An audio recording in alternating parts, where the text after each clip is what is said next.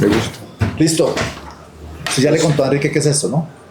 No, Son los 30, 40 minutos. No, es una conversación, 30, un 35 podcast minutos. estilo sin mucha presión, Exacto, sabroso de sí. hablar paja. Exacto, Usted además me exacto. corta cuando quiera, lo que sea, si no, Pero mamándole gallo también de vez en cuando. todo lo que quiera, me mando gallo, atacarme. Yo no tengo problema, ya no sé yo. Hace Ya mucho callo. tiempo que no me preocupa esa vaina. Y va a cocinar un huevo. No, eso sí tiene huevo. Bueno, cuando quiera. ¿Te está grabando? Sí. Listo. Bueno, doctor Enrique, qué placer tenerlo aquí Bienvenido. en este programa. Empecemos con lo que todo el mundo está hablando. ¿Usted a qué invitó a este Germán y qué es lo que le ofreció? Este abogado de las piedras. ¿En qué torcido se metió usted, doctor? No, es que ellos no entienden que hay gente distinta a ellos, ¿no? Entonces yo obviamente jamás invité al señor Germán a nada y que bienvenido, lo invito a que denuncie lo que quiera. Es que yo felizmente sí duermo muy tranquilo, porque es que gente como ese, ¿no? Y gente como Bolívar, y ellos no entienden que hay gente como yo. Para ellos eso no les cuadra, que haya gente que los mueve cosas completamente distintas en la vida, ¿no? De verdad es una cosa medio religiosa de tratar de hacer cosas por el país, por los demás. Y yo sí no tengo nada que esconder, es que ni que me leyeran la mente. Yo los invito a que vamos a un detector de mentiras, Al que está Daniel, famoso, ¿no? a lo que quieran, ¿no? Bienvenidos. Es que yo no tengo, nunca jamás, es que yo no es que tengo que pensar, ¿será que será lo que dije o lo que hice? No, porque es que yo sé que nunca hice absolutamente nada incorrecto, no solo en lo público, sino en lo privado. Y no solo en lo legal, sino en lo ético. Entonces yo sí estoy absolutamente tranquilo, ¿no? Este tema, lo que sí es cierto, ¿no? Es que a mí sí me parece, porque arrancó el tema, porque yo critico una columna grotesca que publica en Semana este señor, este personaje, que además resultó después que era abogado de Abelardo de la Espriella, Sí, señor. acusando a la silla vacía de toda clase de estupideces, entre otras. Básicamente la acusa de que doña Juanita León es hija de un empresario importante. Pues qué maravilla que una hija de un empresario importante utilice los recursos que tiene para dedicar su vida a trabajar por un periodismo serio y demás en Colombia. Bienvenido. Todos los medios de este país son de algún grupo económico, ¿no? Y bienvenido, pues no todos, pero ustedes no, seguramente, pero pero lo que es importante es que importa que sean, si hacen buen periodismo, o si quedan explícitos los intereses que pueden estar en conflicto. Entonces, a mí yo lo critiqué, y entonces el señor sale con esa estupidez. La pregunta es si yo hice algo incorrecto no es que yo no sé ni cuándo, desde cuándo es que habla, ¿no? Pues ¿por qué no lo denunció? ¿No? ¿Por qué no me dijo no jamás? ¿No? Que era procurador delegado. Era procurador delegado, dice el sí. tipo. Entonces, bienvenido. Yo absolutamente no tengo nada. Y ahora después Bolívar, el señor Gustavo Bolívar, ¿no? Se unen los dos extremos para... Eso es interesante. Es que se parecen, ¿no? Son más parecidos de lo que uno piensa, ¿no? Sí, yo creo que lo que yo les digo es que ustedes no alcanzan a entender cómo funciona alguien como yo. Bueno, ustedes están rodeados de gente que es distinta, es que no les alcanza ni a caber en la cabeza, ¿no? La gente que dice, yo estuve alcalde de Bogotá 2 veces, nunca he tenido siquiera una investigación por algo incorrecto. Y es lo interesante, digamos, de esto de la gran consulta. Porque en este país donde hay tanta porquería en la política, la verdad es que ninguno en esa gran consulta, ninguno tenía absolutamente ningún cuestionamiento, ¿no? Es que yo llevo tantos años en esto, nunca he tenido siquiera una investigación. No, ni siquiera la prensa, ni siquiera Petro me ha acusado, pues, ¿no? Imagínense lo que me han investigado a mí, ¿no? Entonces, ni siquiera. Entonces, a mí me acusan de un poco de calumnias ramplonas, que soy dueño de Transmilenio, que hice negocio con los volardos. Los volardos. ¿Cómo será lo de Volvo? Es una cosa muy divertida, porque es al único al que lo acusan de algo, ¿no? La gran corrupción de Peñalosa es hacer algo que es legal, o que sería legal, ¿no? Que es vender buses. Nunca he vendido un bus ni he recibido un solo peso por una venta de un bus, pero si hubiera vendido buses sería completamente legal. Por ejemplo, mi amigo alcalde de Río de Janeiro, él fue alcalde de Río y después salió 4 años y fue representante de la firma esta de buses de BYD de la China, ¿no? 4 años, y luego volvió a la alcaldía y sigue de alcalde. Ya nadie se le ocurrió pensar que eso era algo malo. Pero yo nunca he vendido un bus, ni he tenido nada que ver con la venta de un bus, ni nada por eso. Ahora bien, pero bueno, no importa, hablemos de Paloma, Sí, que es lo no, interesante. espérese, dos preguntas rápidas ahí ya para romper el hielo, que ya lo rompimos, pero un poquito más. ¿Usted llegó a sonar como fórmula vicepresidencial de Paloma? ¿Se llegó a contemplar? ¿Llegaron a hablarlo? Porque muchas personas decían que la fórmula más adecuada para capturar a ese voto de derecha con el que se estaba quedando Abelardo era poniéndolo usted como fórmula vicepresidencial. ¿Eso sucedió en algún momento? No, pues yo no sé si me consideraron, pero precisamente lo que se necesitaba era algo como Juan Daniel. Juan Daniel, precisamente porque él es distinto, ¿no? Y no solo es distinto, sino que tiene una acogida mucho mayor. En este momento él es mucho más sexy que Peñalosa. Tiene un apoyo muy grande. Y si lo que buscaban era alguien de derecha, sí que menos. Yo sí realmente creo que, curiosamente, creo que soy muy parecido a Juan Daniel. Yo creo que coincido mucho más con Juan Daniel en términos de esos ideológicos. Incluso mucho más, porque yo sí he dado peleas por la igualdad y a mí sí me obsesiona el tema de la igualdad. Juan Daniel es, digamos, liberal, como en un tema más abstracto del respeto por los gays y de temas de esos. Yo sí soy intervencionista para construir igualdad, digamos Transmilenio. Transmilenio es igualdad, porque lo que hace es que el carro de 500 millones de pesos está en un trancón, mientras que el transporte público le pasa a toda velocidad, casi que alguien del bus le puede hacer así, es decir, Transmilenio le quita espacio al carro privado para el transporte público, y las ciclorrutas igual, porque las aceras, el mismo tema, los proyectos de vivienda, yo hice proyectos de vivienda para más de 500,000 personas, interviniendo la tierra privada, a las buenas o a las malas, comprándolo en la fuerza. Entonces, en ese sentido, si lo que buscaban era alguien de derecha, no era justamente pues no, ni hablar, que incluso las cosas caricaturescas como lo de convertir las canchas de polo del country en parque o cosas, eso no lo hubiera hecho, no lo hizo ni siquiera los de izquierda, además algo parecido. Una forma más pragmática de ver la igualdad, ¿no? Desde la infraestructura, que es una muy buena manera de construir igualdad. Bueno, es que lo que yo creo es que lo que pasa es que donde yo sí soy de derecha, ¿no? Por poner las caricaturas estas, es que yo sí creo primero en la seguridad y en el cumplimiento de la ley, ¿no? Yo sí creo que la Constitución nuestra, que buscaba proteger las minorías, se le fue la mano porque en vez de proteger a las minorías les dio el poder, ahora gobiernan, ¿no? Y paran las carreteras, no dejan hacer carreteras, no dejan hacer minas, no dejan hacer generación eléctrica, no dejan hacer transmisión eléctrica. Entonces en eso yo sí creo además en la economía de mercado. Yo incluso publiqué un par de libros, hasta me gané una vez el premio Simón Bolívar de periodismo económico. Eso fue en los 80. En los 80s por publicar artículos. Yo escribía en El Espectador todos los fines de semana defendiendo la economía de mercado. Yo sí creo que la única manera, más aún yo ese tema sí lo estudié mucho, yo dicté incluso en la universidad un seminario de desarrollo económico comparado Japón-Unión Soviética. Entonces yo sí estudié ese tema mucho y con mucha seriedad de por qué es que el comunismo no funcionó, por qué fracasó.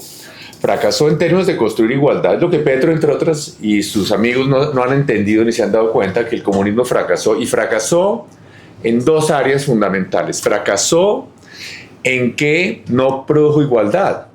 Porque todo lo contrario. Esas burocracias de esos países comunistas eran unos privilegiados.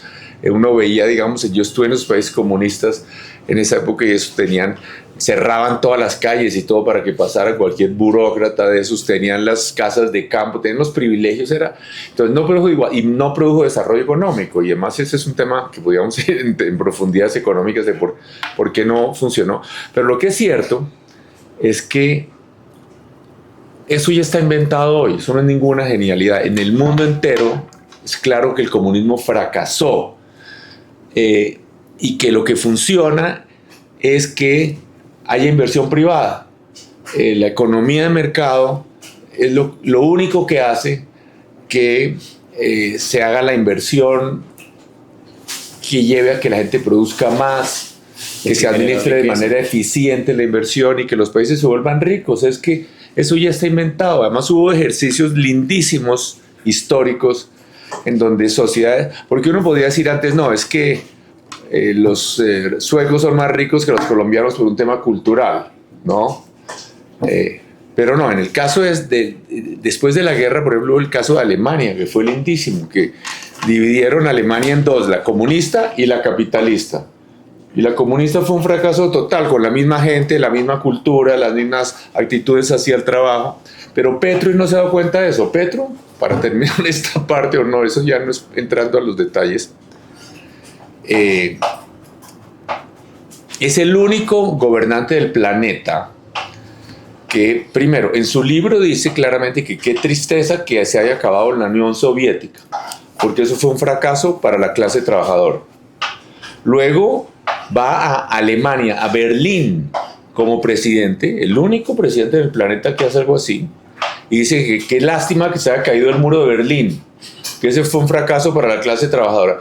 Y hace solo 8 meses o algo, cuando estuvo en Naciones Unidas, ¿no? Llegó al sumo. En Naciones Unidas este personaje va y dice que qué lástima que Stalin, este dictador sanguinario soviético, no hubiera promovido el comunismo a nivel mundial en vez de haberse limitado a Rusia solamente. Por Dios. Entonces, ellos no han entendido que esto no funciona. Y es que a los colombianos sí hay que decirles varias cosas. Por ejemplo, 2 cosas. En 1959, cuando llegó Castro al poder en Cuba, el ingreso per cápita de Cuba era más alto que el de Italia o que el de España. ¿Qué pasó en Cuba? Era la misma gente, la misma educación, todo. ¿Qué pasó? Pues que el gobierno no funciona. Entonces eso es para decirle a los ciudadanos. Claramente lo que hace que una sociedad progrese es la inversión privada, la economía privada. Eso es claro, en el mundo entero está inventado. Pero el gobierno importa. En Venezuela es que ustedes son muy jóvenes, pero en Venezuela hace 25 años la gente era mucho más rica que en Colombia, pero muchísimo más rica. Hace 30 años en Venezuela había más de 2 millones de colombianos viviendo en Venezuela. A nadie se le hubiera pasado por la mente que los venezolanos iban a emigrar a vivir en Colombia, ¿no? Era algo como pensar que la gente de Estados Unidos iba a ir a vivir a Colombia porque les iba a ir mejor. Comparaban Caracas con Miami, ¿no? No, era una cosa.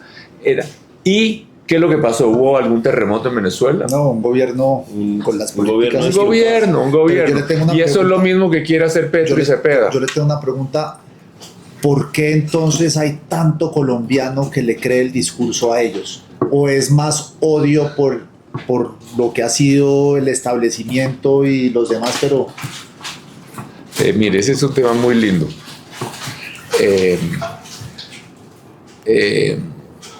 Yo creo que el hecho de que quieran y que le crean a Petro es también una muestra del fracaso de nuestro sistema educativo, ¿no? Eso es que muestra que hemos educado muy mal a los ciudadanos y no leen, no están enterados, por un lado. Por otro lado, los populistas en el mundo, de derecha y de izquierda, siempre se montan sobre el odio a un grupo de la población, ¿no?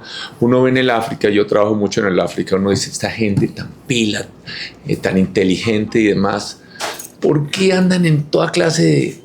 ¿Por qué no progresan? Porque los líderes allá se montan sobre el odio a una etnia, a la otra, a una religión, y se la pasan en toda clase de guerras internas.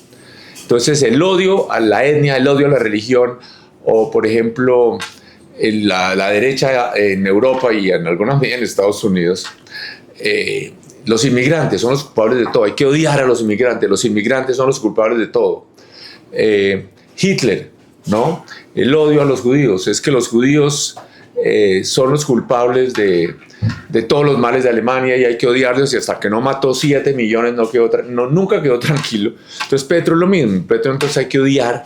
Aquí, señor, si usted no es multimillonario es porque desde su tatarabuelo había unos oligarcas esclavistas malos que lo explotaron, y entonces los ricos, entonces la gente muchas veces yo creo que ni siquiera quieren o creen que vayan a progresar, sino lo que los tranquiliza es que jodan a los ricos, ¿no? ¿Los ricos quiénes son? Además, no es muy claro quiénes son. Es el que tiene una panadería, él habla de 4,000 ricos, bueno, entonces, pero a veces parece que fueran más, entonces, pero lo cierto es, volviendo al tema de los ricos, por ejemplo, China a mí me llamó mucho la atención una cosa, es que son casi, en su posesión cuando ganó, muy pronto, cuando ganó las elecciones, Petro hizo un discurso que me dejó a mí casi que petrista. ¿No? Él dijo, habló mucho sobre la política industrial y la importancia de la política industrial y luego jamás volvió a abrir la boca sobre el tema, porque yo creo que se dio cuenta que política industrial significa que el gobierno haga equipo con las grandes empresas, pero obviamente el éxito de una política industrial es que las industrias ganen plata, pues no. Claro. Entonces, Corea, por ejemplo, habló mucho de Corea. A mí me llamaba la atención porque yo trabajé mucho con el tema de Corea. Y en Corea, Corea era mucho más pobre que Colombia hace 60 años, ¿no? Y hoy pues tenemos estos teléfonos Samsung, neveras LG, carros Hyundai, y esto no fueron microempresas las que hacen los teléfonos Samsung, por supuesto, ¿no? No. Entonces, es decir, lo que es triste es que ya está inventado cómo es que los países se vuelven ricos. Y nosotros vamos en contravía de la historia. Pero ¿por qué creen a Petro? Y la otra, sí, entonces yo diría que son esos temas de odio. Y lo otro que usted acaba de decir, Diego, me parece muy importante. Aquí nos han echado un cuento de que el país no ha progresado. Esa es otra gran mentira. Grande. Enorme. Por ejemplo, hace 30 años, por ejemplo, a la gente, yo iba a los barrios a hacer política y uno por todas partes veía las filas de 2 cuadras de las señoras con su bidón plástico esperando horas y horas a que les vendieran gasolina, porque todo el mundo cocinaba con gasolina en las ciudades, todos los sectores populares. Y hoy tenemos gas natural por tubería que le llega a domicilio a un costo muy bajo, prácticamente toda la población urbana colombiana. Casi toda. ¿Y eso quién lo hizo? ¿La izquierda? Las carreteras, uno ve carreteras hoy por toda Colombia, carreteras, vías de penetración, en fin, carreteras buenas, regulares, pero por todos lados. ¿Quién hizo esas carreteras? ¿La izquierda? La electrificación que llega a todas partes, la educación. Entonces... pero ya acordamos que la educación hicimos mal trabajo. Hicimos mal trabajo, pero mal que bien. Hay colegios por todos lados, hay hospitales, hay... ¿no? Entonces... lo que es cierto es que eso no lo hizo gente buena, pila, honesta, independiente de que fueran de izquierda o de derecha, pero no fueron gobiernos de izquierda. Y además hubo redistribución del ingreso, porque obviamente en todos esos pequeños municipios de Colombia, yo diría en 9 de cada 10 municipios, lo que pagan de impuestos no alcanza casi que ni para cubrir el costo de la administración municipal. Todos los colegios, los puestos de salud, las vías, la electrificación se hizo con subsidios, con recursos que vienen de los sectores de Colombia más ricos, de las ciudades, de las empresas que pagan, y ahí se invierten en los sectores más necesitados. O en Bogotá, pues en los sectores de estratos 5 o 6 se pagan uno de los impuestos prediales más altos del mundo y prácticamente no se invierte nada ahí. Todo se coge y se invierte en Ciudad Bolívar, en Bosa, en Usme. Entonces es mentira que la democracia colombiana no ha redistribuido el ingreso. Y finalmente un último ejemplo del progreso de Colombia. Las motos. Bueno, hace 25 años, hace 30 años, no hay ninguna posibilidad de que un obrero tuviera una moto, que un campesino tuviera una moto, eso no era como pensar que tuviera avión privado hoy. Y hoy hay millones de motos. ¿Por qué? ¿Será que los jóvenes de hoy, que las personas hoy trabajan más que sus papás? Por supuesto que no trabajan más que sus papás trabajaban más. Lo que pasa es que Colombia es mucho más rica hoy, es mucho más educada hoy, tiene mucho mejor salud hoy, tiene mucho menos pobreza hoy. Y eso no lo ha hecho la izquierda, eso lo ha hecho la democracia colombiana, con todas sus fallas que hay que mejorar. Perdón. Va. ¿Entremos a elecciones o quiere...? No, es que, no, pues con lo de elecciones yo quería hablar, que estamos hablando de ideología. Ahora queremos escoger, o bueno, Colombia, gran parte de los colombianos quiere escoger una persona que es aún más ideológica de izquierda extrema que el mismo Gustavo Petro, o al menos esa es la lectura que yo hago con Iván Cepeda y con Petro, que si uno los compara, Iván Cepeda es una persona mucho más extremista que el mismo Petro. ¿Cómo ves tú eso? Son iguales, pero miremos de los problemas, es que aquí hablemos del tema puramente de gerencia, de ser gente. Miren los horrores de corrupción que ha habido en este gobierno por todos lados. Yo ni entro en esos temas porque los dejamos que la justicia los decida. Pero en temas de su administración y gerencia, yo lo digo, yo reemplacé a Petro en la alcaldía, yo conozco el personaje. ¿Por qué él que tuvo los mismos 4 años, él que tuvo la misma plata, por qué no fue capaz de contratar el metro? Y nosotros sí. ¿Por qué? Porque él habla y sabe hablar y habla mejor que yo, pero no sabe trabajar. Entonces hizo desastres con el aseo, tratando de estatizar, con su vocación estatizante del aseo, o con... los camiones esos que compró. No, un desastre, un horror. Con la salud, cuando yo llegué, era un desastre. La gente tenía que hacer filas de las 2 de la mañana en los hospitales, no para que la atendieran, sino para pedir una cita que posiblemente ni le daban. Entonces, el problema con ellos ni siquiera es un tema de ideología, es que eso es más grave, es de incompetencia. No saben trabajar, no les interesa. Es que, y ni hablar de prioridades, no hablemos de cosas de discusión ideológica, hablemos de la seguridad. La seguridad. Yo le pregunto, alguien, uno ve a los colombianos con los que uno habla por todas partes, están desesperados con la seguridad en la ciudad, que los atracan, que les roban la moto, que les roban el celular, que los extorsionan por todos lados. ¿Cuándo Petro ha dicho que el tema de la seguridad le preocupa? ¿Cuándo Cepeda ha mencionado el tema de la seguridad? Es que en su programa no lo menciona, este tema de la seguridad, y obviamente mucho menos ha dicho cómo lo va a resolver. Entonces, claro, ni siquiera, eso es un buen punto. El tema de la seguridad para ellos no existe. Ni lo hablan. Para ellos no existe el tema de la seguridad, parece que estuviéramos en Suiza, ¿no? Entonces, uno dice, y ni hablar, y para volverse ricos también, el otro gran tema, uno no ve que en lo más mínimo les interesa. Yo nunca he oído a Cepeda ni a Petro decir algo bueno de una gran empresa. Nunca. Solo cosas negativas. Dice que somos explotadores, unos degenerados, que... Entonces, cuando claramente en el mundo entero lo que están es bien, hasta los gobiernos, porque este es un tema no es de izquierda ni de derecha, ya de ser uno de ser cuerdo. El de Brasil, desde Lula. O el de México, ¿no? Yo a veces veo a cada rato videos de grandes inversiones extranjeras, y ella sale, doña Claudia Sheinbaum, la presidenta de México, con el inversionista extranjero, claro, y el inversionista extranjero echa un discurso agradeciendo toda la ayuda que le ha dado la presidenta mexicana, ¿no? ¿Cuándo ve uno algo así parecido aquí de Petro, ¿no? O en términos de seguridad, con un gobierno de izquierda como Lula, por ejemplo, el más beligerante defensor de la exploración petrolera, contrario a Petro totalmente, es Lula. Y Lula se ha dado las peleas más gigantescas contra esos falsos ambientalistas para impulsar la exploración petrolera, y por eso Brasil está a punto de convertirse en el 4º productor de petróleo más grande del mundo, ¿no? ¿Cuántos barriles están ellos ya? Yo no sé, están como en 5 millones de barriles día o algo así. Nosotros no llegamos ni a 1 millón ahora, ¿no? 700, y en seguridad, ¿no? Izquierda, Lula. Brasil tiene selvas, ¿no? Toda clase de selvas de Dios.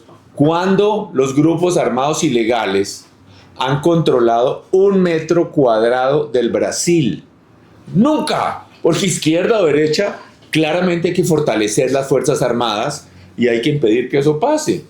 Bueno, entrando a hablar ahora sí de las elecciones. ¿Cómo está viendo a Paloma? La veo muy bien, cada vez más contundente. ¿Están en contacto todavía o perdieron un poco de la consulta? Tenemos todo un grupo de los ex candidatos de la... Pero de los 8, porque una se fue. Sí. Pero Vicky se pues salió, hay 2 que se fueron. Aquí tenemos, de los 5 que quedaban. Entonces aquí tenemos que de los 9 que había, Paloma y Juan Daniel se fueron. Sí. Y Vicky también se retiró. Y entonces... Ella les mandó un mensaje y se salió de grupo. Sí. Pero entonces... pero yo creo que eso no era el compromiso era apoyar hasta el final, ¿o no? Bueno, pero yo respeto lo que haga cada cual. Yo creo que lo importante es que que yo creo que en su corazoncita ella, más allá de cualquier tema, quisiera obviamente que fuera Paloma, más allá de otras discusiones. Y yo tuve una muy buena relación con Vicky allá en esa campaña.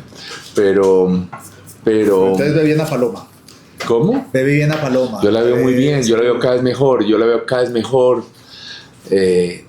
y yo siento que tiene cada vez una energía más importante y yo voy a entonces contarles qué es lo que estamos haciendo los que quedamos, digamos, Mauricio Cárdenas, Luna, Aníbal Gaviria, Juan Manuel Galán, en fin. Yo, por ejemplo, estuve el sábado en Putumayo con Mauricio Cárdenas, estuve el miércoles pasado en Turbo, sitios donde a veces no va a ir la candidata. Vamos a reuniones, yo voy a entrevistas, voy aquí en Bogotá a volantear, o en fin, lo que sea útil, vamos, entonces ayudar. algo más es bien importante aclarar, porque pronto a algunos les puede molestar esto y con toda la razón. Esto no es que sea el gabinete de Paloma, no tengo ningún interés en estar en el gabinete, que ella tiene que traer gente de toda Colombia, gente buena, etcétera. Esa pregunta yo ahorita. Sí, no. A mí lo que importa es que Colombia funcione. Yo realmente creo que Paloma es... Por eso yo estoy muy feliz con los debates ahora. Que Cepeda... Pero ¿por qué Cepeda, que había dicho que no iba a ir a debates? Accedió. ¿Por qué de repente accedió? ¿Por qué? Yo creo que esto es una norma clarísima en la política y yo la he vivido en el pasado. Al candidato que va lejos adelante en las encuestas No le interesa ir a debates, porque lo único que tiene que ir es a perder y además tiene a todos en contra. Entonces solo tiene que perder, no tiene nada que ganar porque lleva barriendo. Pero si a la hora decidió que de repente sí iba a ir a debates, es porque se vio que ya no tenía esa ventaja y que la tendencia iba en contra de él. Oiga, pero dentro de esa ventaja, Abelardo no se desinfla, Abelardo se mantiene. Él se ha mantenido. Abelardo se mantiene, pero yo lo que creo, la mayoría de las encuestas que yo he visto, más allá de las discusiones sobre Abelardo que a uno le guste más o menos, el tema que obviamente habla muy bien y es inteligente y demás, yo tengo otras objeciones, pero no es importante.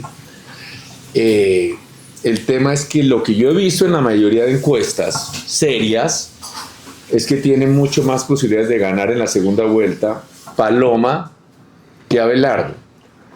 Y en parte por lo que hablábamos hace un rato, que creo que Paloma ha sido mucho más abierta a gente distinta, gente que no sea de la derecha tradicional. Entonces yo creo que Paloma dice: bienvenidos los petristas, bienvenidos a la izquierda, aquí hay campo para todos, aquí vamos a tener gente buena. Obviamente no es la orientación de medidas de gobierno, pero sí. Entonces yo lo que creo es lo siguiente: yo no soy estratega político y la prueba son mis resultados electorales, pero lo que yo veo es que... Le está ganando Fajardo ya. ¿Cómo? Fajardo ya le ganó. Entonces, no, Fajardo sí, Dios mío. ¿Qué mensaje para Fajardo? Ahorita que estamos en esta coyuntura del país, ¿qué debería de ser qué le aconsejas tú qué hacer? O sea, como para ayudar. No, yo lo que le preguntaría a Fajardo, ¿qué piensa que sería mejor para los hijos de él? ¿Qué piensa que sería mejor? ¿Cuál Colombia va a ser mejor para los niños colombianos de hoy, para los jóvenes colombianos de hoy? ¿Cuál Colombia, cuál gobernante cree que va a producir unos resultados que nos lleven a ser un país desarrollado? Él conoce muy bien todo eso, ¿no? Tiene un PhD en matemáticas, como nos lo repite con mucha frecuencia, en una universidad muy buena en los Estados Unidos. Entonces, ¿cómo hacemos para...? Se han ido de lo más trágico que nos ha pasado y nos está pasando, es que 1,5 millones de colombianos han emigrado en los últimos 3 años. Y hasta donde yo vi el país, junto con Honduras, donde un porcentaje más alto de gente quería irse, era Colombia. Yo le pregunto a Fajardo, ¿cuál cree que sería un gobierno que nos llevaría a un mayor progreso? Es que además en esta elección en particular no es un tema de simplemente unas pequeñas diferencias. Acá sí podemos hacer un desbarajuste total a la Venezuela si nosotros elegimos mal. Es decir, eso es clarísimo, y en este momento, pues si llegara Cepeda a la presidencia, ahí sí podrían llegar a tener mucho más control de las entidades de control, de las cortes, de la Corte Constitucional, del Banco de la República, en fin. Entonces yo creo que Fajardo tiene unas posibilidades muy grandes de prestarle un servicio muy patriótico a Colombia. Ideal que fuera antes de la primera vuelta, pero por lo menos después de la primera vuelta. Lo que pasa es que todavía nos queda, no obstante que ya hace rato fue... ¿Estamos a cuánto? ¿A un mes y 10 días? 29 días, vi. No, más, porque es el 31 de mayo. Y soy 20, o sea que faltan 40 días. 41 días. Sí, 41 días. Sí, o sea que, es decir, falta mucho tiempo. De todas maneras, con todo y que ya ha pasado un poco de semanas desde la elección de Congreso y las consultas, pero entre la primera y la segunda vuelta sí es un tiempo muy corto. Solo son 20 días, ¿no? Sí, entonces ahí no hay tiempo. Entonces es claro que la decisión de Fajardo no sea 3 días antes de la elección y que decida algo, ¿no? Ahora no es que vamos a decir que es que vamos a... Incluso, curiosamente, tengo que decirlo, yo pienso, tengo muchos peros a Claudia López, pero ella sí expresó, por lo menos dejó vislumbrar la posibilidad que en dado caso de que podría estar eventualmente con Paloma. Posiblemente con Paloma. Entonces, si eso lo hace Claudia López, yo creo que con mayor razón un Fajardo. Interesante ver eso, y ojalá Fajardo escuche esto y tome la decisión responsable con el país, ¿no? ¿Usted qué dice, Diego? No, estoy de acuerdo con lo que están diciendo, pero no veo a Fajardo haciendo eso, si le soy muy franco, doctor Peñalosa. Es difícil. Sí, es muy difícil. Pues sería un daño grave para la democracia, para el país. Pero por lo que usted me está diciendo es, ¿usted cree que esto se va a definir por un tete-a-tete? Todo se va a definir por un tete-a-tete. Yo creo que se va a definir por un tete-a-tete. Fotofinish. Bueno, por lo menos aquí la competencia entre Abelardo y Paloma no va a ser así. Yo creo que Paloma va a ganar, entre otras por lo que la gente percibe que Paloma es mucho menos de derecha, claramente. Paloma es mucho más respetuosa de la ley y demás. Y también porque la mayoría de las encuestas muestran que a Paloma le iría mucho mejor en la segunda vuelta que a Abelardo. Eso es lo que las encuestas que yo he visto, fuera de las famosas de Atlas Intel, pero en las otras, en todas, le va mucho mejor entonces. Y después, yo no sé, de pronto pasa como en Chile, que fue muy reñida la cosa en la primera vuelta y en la segunda vuelta la derecha barrió. Entonces, no sé. Puede pasar. Y la famosa pregunta, la que han hecho, ¿qué pasa si no es Paloma la que pasa a segunda vuelta? No, pues... El sapo. El sapo. Difícil. No, la verdad es que a mí, sinceramente, es que yo sí quiero un presidente. El presidente es mucho más que un administrador público. El presidente es un ejemplo de vida para los niños de un país.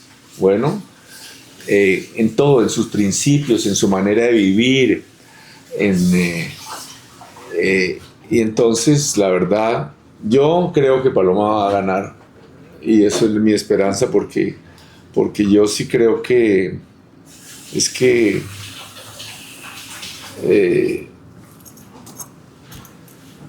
La esperanza. No, yo lo que creo es que no es simplemente una pelea entre capitalismo y comunismo, no. Es también de principios, de valores, creación de valores, de respeto por las instituciones, de valores de manera de... ¿no?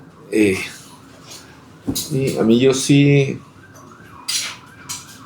¿Usted cree que llegar a la presidencia es después de haber hecho un camino honorable a nivel profesional? Toda una vida de trabajo honesto, correcto, una manera de vivir, una manera de haber, incluso las cosas que claramente uno valora o lo que muestra, ¿no? Que eso entonces, en fin, yo no quiero entrar más en detalles. ¿Será que a Cepeda le va a ir muy mal en el debate que están organizando? Él no tiene muy pinta de muy buen Bueno, personaje debatiendo. Cepeda tampoco es manco, Que ¿no? subestima. Cepeda ha sido congresista toda la vida, entonces él sabe, Sí. digamos, alguien que ha estado en el Senado no sé cuántos años, pues obviamente sabe debatir, sabe hablar. Lo que pasa con Cepeda, en mi opinión, es que es tan desastroso en términos de corrupción, de resultados, etcétera, el gobierno Petro, que los mismos petristas dicen que qué horror estas, digamos, hay gente, digamos, uno de los más radicales críticos de Peñalosa, ¿no? Es el señor Carrillo, que está en la ONG. en emergencias. en la emergencias, ONG. sí. Y entonces, y sin embargo, yo creo que él es un tipo honesto, curiosamente, y lo digo, creo que es un tipo correcto. Y Inmamable, con todos los no, él se siente, que es el tiene la verdad revelada y de todo, y en fin, un tipo, pero mal que bien, yo sí le noto que les había cacho todos esos quinteros y, Sí, claro. y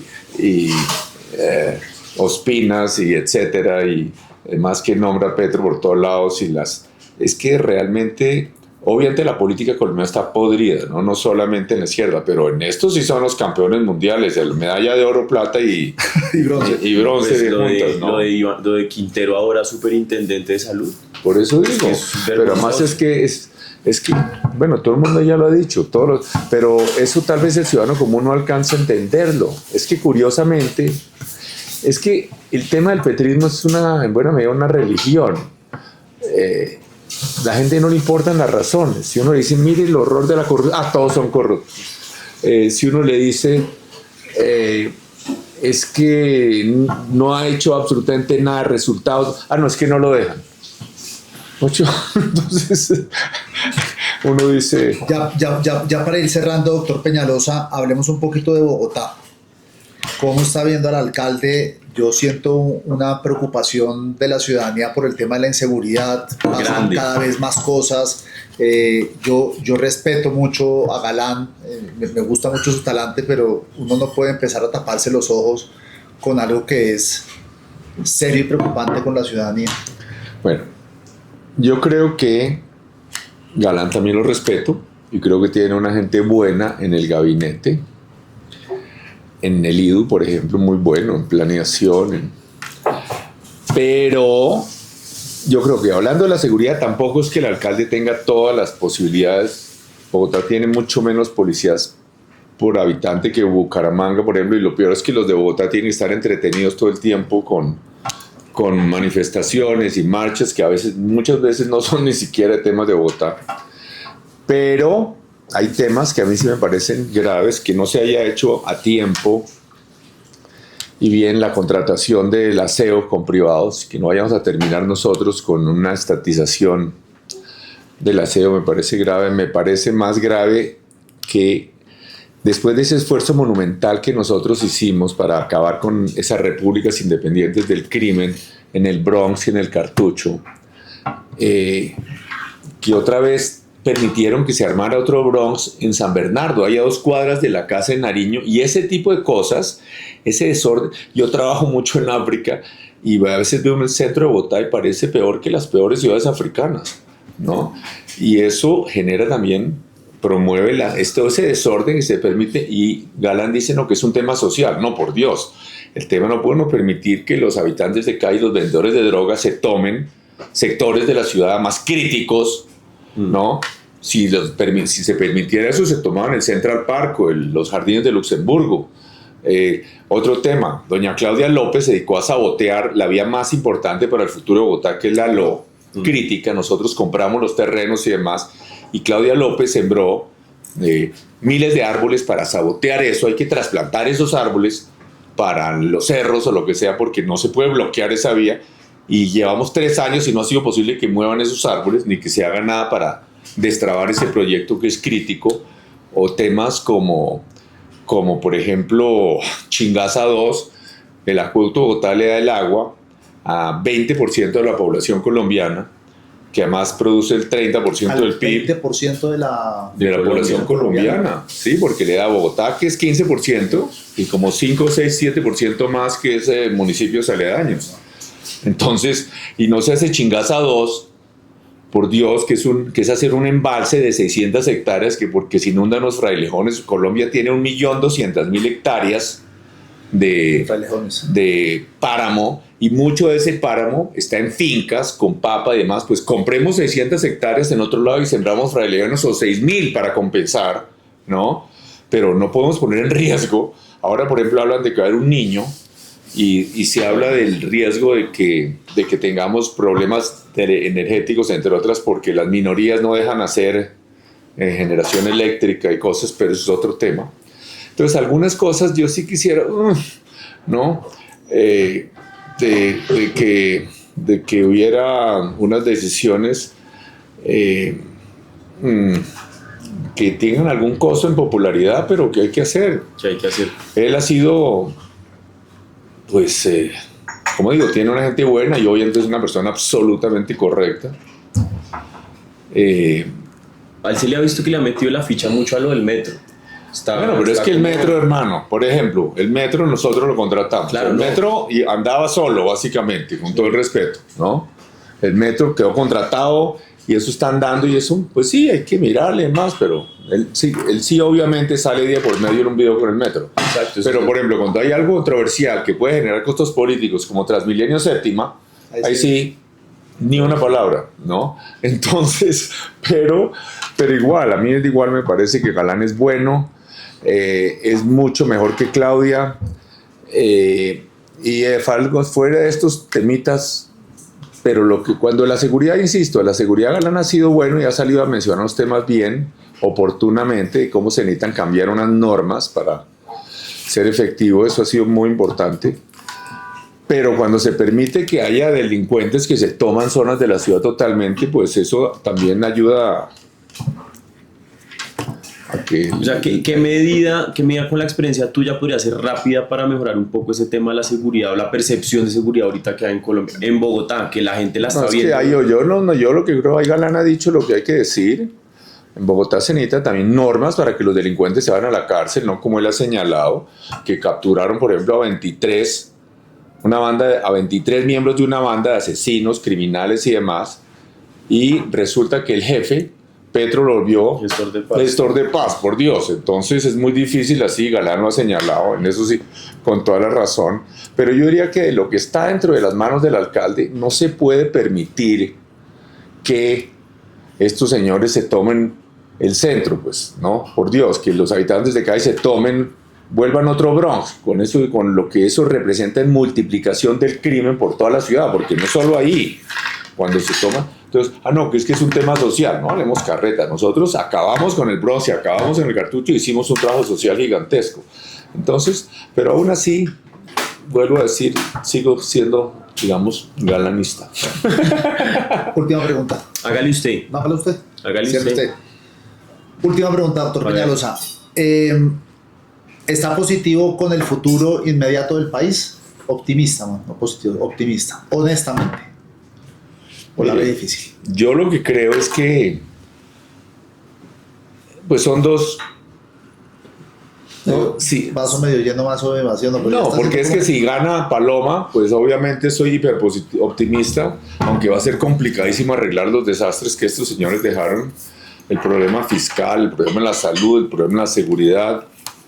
Entonces, pero si ganan estos señores, sí, Dios mío, es que lo grave es que la gente no se da cuenta, porque dicen, mire, como hay una especie como de bonanza, un poco falsa bonanza, porque se venden muchas motos y demás, porque es que, por un lado, por el déficit fiscal gigantesco, entonces el gobierno se endeuda chorros en el exterior y trae chorros de plata a Colombia, o también la bonanza por el incremento gigantesco de la producción de coca, o también hemos tenido los precios de oro más altos de la historia, pero es un poco, sobre todo con ese déficit fiscal, es como si los vecinos se endeudan mucho más allá de sus posibilidades, y la gente dice, uy, mire ese vecino como le da bien, compró una casa nueva y carros nuevos y viajan al exterior y demás, pero es algo completamente insostenible. Entonces, pero yo soy optimista, yo creo que Colombia, obviamente es una tragedia lo que ha pasado, porque hay cosas que no se miden, muchísimos empresarios y mucho capital se ha ido de Colombia en los últimos años, porque tienen susto de, Si no hay confianza. de que no hay confianza en el futuro. El señor... Nosotros entramos a un listado reciente y eso salió portafolio de capitales fugados. Estamos entre como los 20 De aquí, de mayor fugas del nuestro continente. del planeta, ¿no? Del planeta. Es del planeta. Sí. Terrible, es clarísimo que hay algo que el Petro y el Cepeda no entienden, y es que primero que lo único que hace que las sociedades progresen es más la inversión privada, y segundo que no hay que la inversión privada, ellos asumen con todas las normas y los impuestos y el hostigamiento permanente a la inversión privada, que ellos pueden hacer lo que quieran y que eso no tiene ningún costo, que la gente va a seguir ahí. No, los empresarios, los que tienen el conocimiento, porque es que no es solo la plata, es el conocimiento. A mí me ponen a hacer una empresa y yo no tengo ni idea, hay que saber cómo es que se producen vasos de estos o esferos de estos, en fin, hay que saber de eso no es que... Y los que saben cómo conseguir la plata, conseguir los inversores, y los que tienen la plata, ellos pueden llevarse la plata para cualquier parte. En Panamá los impuestos son mínimos. Si hay colombianos han llevado inversiones, que hoy son mucho más bajos los impuestos en Estados Unidos que en Colombia, ¿no? Entonces se han ido para Estados Unidos, se han ido para México, se han ido para Panamá, es que no hay razón. Hoy tenemos que hay países como República Dominicana que tiene más del doble el ingreso per cápita que Colombia y va volando con un crecimiento altísimo. Pero hablemos de Costa Rica, que es más asombroso porque no tiene ni siquiera playas buenas, ni tiene minería, y tiene casi 3 veces el ingreso per cápita que Colombia. Entonces, ¿por qué nos estamos quedando atrás? Perú va disparado, ¿no? Con todo el desastre político que hay, pero por lo menos no ha habido ningún gobierno dedicado a entorpecer la inversión privada. Y en Colombia tenemos un problema más grave que el que había en Venezuela, o que el que había en Argentina, o que el que había en otros países. Y es que más grave que esos países, nosotros tenemos un problema adicional. Y es que tenemos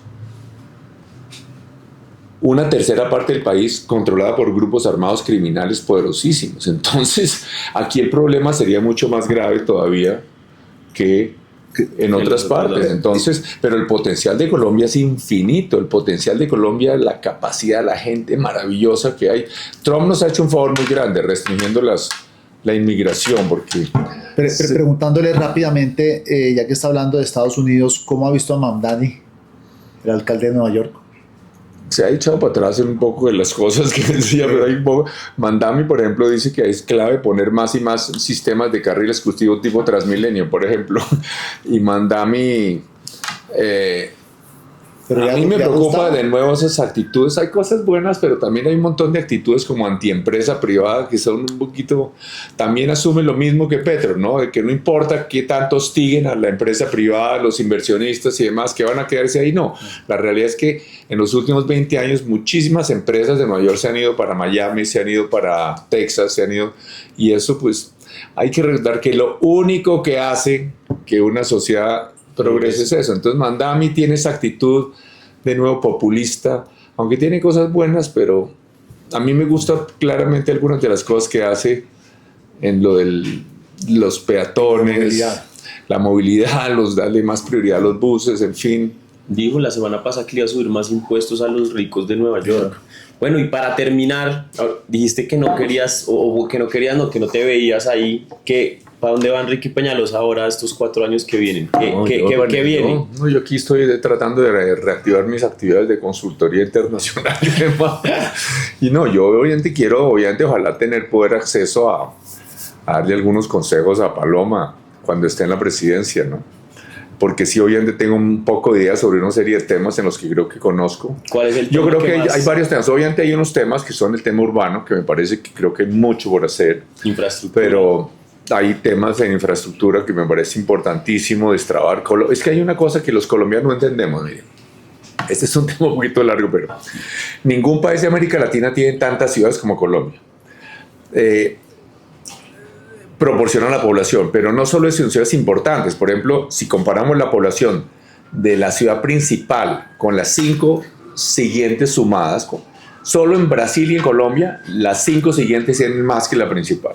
Pero más grave, en Colombia ciudades son lejísimos del mar, aisladas por allá detrás de montañas, en la mitad de las montañas. Esos son unos polos de desarrollo regional impresionantes.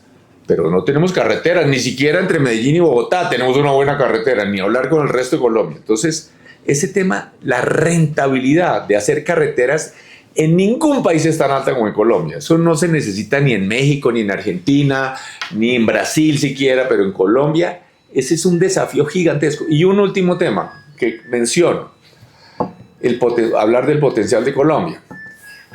Nosotros los colombianos no hemos entendido que desde la costa caribe colombiana estamos mucho más cerca de la costa este de Estados Unidos, México, que las ciudades mexicanas desde donde se exporta. Pero no solo eso, sino que a un costo entre 5 y 15 veces menor, porque ellos van por camión o por tren a veces, la mayoría por camión, y nosotros iríamos por barco, que cuesta 15 veces menos. Y México exporta 500.000 millones de dólares en productos industriales a Estados Unidos y Colombia solo 8.000, por Dios. Entonces, si solamente pasáramos de exportar 8.000 a exportar 20.000, que no es nada, es todavía una fracción mínima de lo que exporta. Claro. Eso sería una revolución. Pero yo puedo apostar casi que uno pondría, como gobierno colombiano, a visitar a cada uno de los inversionistas que hay en México, a decir, hermano, venga para Colombia más bien para su próxima expansión, ¿no? Y a todos los países posibles, porque además nosotros tenemos TLC, tenemos todas las ventajas, tenemos mucho mejor calidad de vida en zonas como el Caribe colombiano, que en muchas de esas ciudades mexicanas de donde se exporta. Entonces ahí tenemos un potencial infinito. Es que nosotros tenemos todo para volvernos un país rico, lleno de oportunidades. Yo sobre eso soy muy optimista, estructuralmente muy optimista. En el corto plazo tengo mis dudas, pero doctor Peñalosa, muchísimas gracias. Muchísimas gracias a ustedes. No, por la invitación, por estar acá, bacano, chévere. Gracias.